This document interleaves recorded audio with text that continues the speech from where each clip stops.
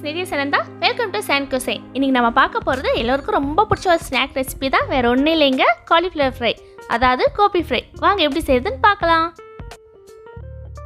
இதுக்கு முதல்ல ஒரு பவுலில் காலிஃப்ளவர் போட்டுக்கோங்க. நான் ஒரு 10 நிமிஷம் வெதுவெதுப்பான தண்ணியில் கொஞ்சம் மஞ்சத்தூள் உப்பு போட்டு இதை அப்படியே விட்டுட்டேன். இதில் இருக்கிற புழுகு பூச்செல்லாம் வெளில வந்துடும். ரொம்ப நேரம் விட வேண்டாங்க, அப்புறமா அதிலே தங்கிடும். நம்ம அப்புறமா நல்லா வாஷ் பண்ணி இந்த மாதிரி எடுத்து வச்சுக்கோங்க. இப்போ இது கூடவே இஞ்சி பூண்டு விழுது, மிளகாய் தூள்,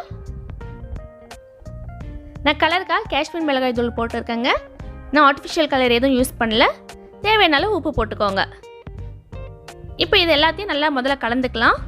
நீங்கள் இந்த மாதிரி கலந்துட்டு அப்புறமா மாவெல்லாம் மிக்ஸ் பண்ணிங்கன்னா உங்களுக்கு பர்ஃபெக்டாக நல்லா கிறிஸ்பியாக காலிஃப்ளவர் ஃப்ரை வரும். அதுக்காக தான் நம்ம இந்த மாதிரி செய்கிறோம்.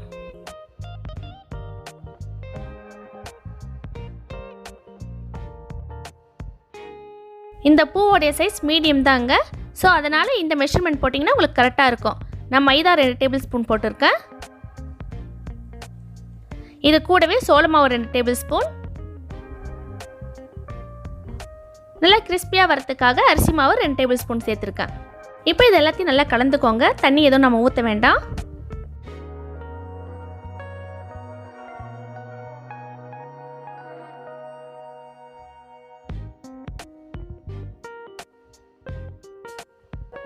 இப்போ நல்லா கலந்துட்ட அப்புறம் நம்ம தண்ணி ஊற்றிக்கலாம். ரொம்ப ஊற்ற வேண்டாங்க, லைட்டாக தெளித்து விட்டுக்கோங்க. இதில் நம்ம பிசைஞ்சாலே உங்களுக்கு கரெக்டாக இருக்கும்.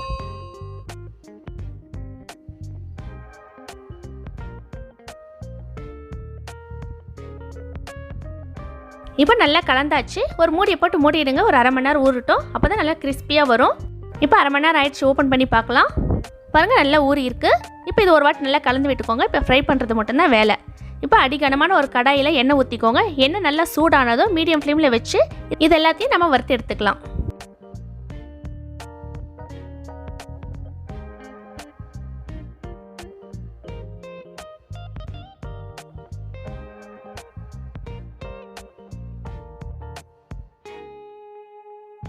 நடுவில் அப்பப்போ கலந்து விட்டுக்கோங்க. நல்லா கிறிஸ்பியாக லைட் கோல்டன் ப்ரௌன் ஆகிற வரைக்கும் வறுத்தா போதும்.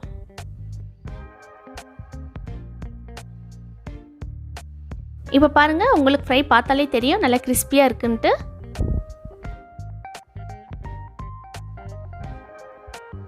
இந்த காலிஃப்ளவர் ஃப்ரை எடுக்கிறதுக்கு முன்னாடி கருவேப்பிலை ஒரு கொத்து போட்டு நல்லா ஃப்ரை பண்ணிக்கோங்க. இந்த காலிஃப்ளவர் ஃப்ரை சாப்பிடக்குள்ள இந்த கிறிஸ்பியான கருவேப்பிலையோடு சேர்த்து சாப்பிட்டு பாருங்கள், ரொம்பவே நல்லாயிருக்கும்.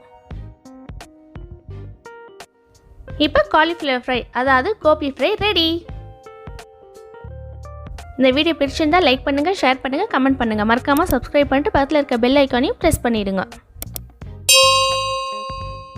இந்த காலிஃப்ளவர் ஃப்ரை ஈவினிங் ஸ்நாக்ஸாவோ இல்லை ஒரு ஸ்டார்டராகவோ இல்லை சாம்பார் சாதம், ரசம் சாதம் எது கூடனாலையும் நீங்கள் வச்சு சாப்பிட்லாம். ரொம்பவே நல்லாயிருக்குங்க.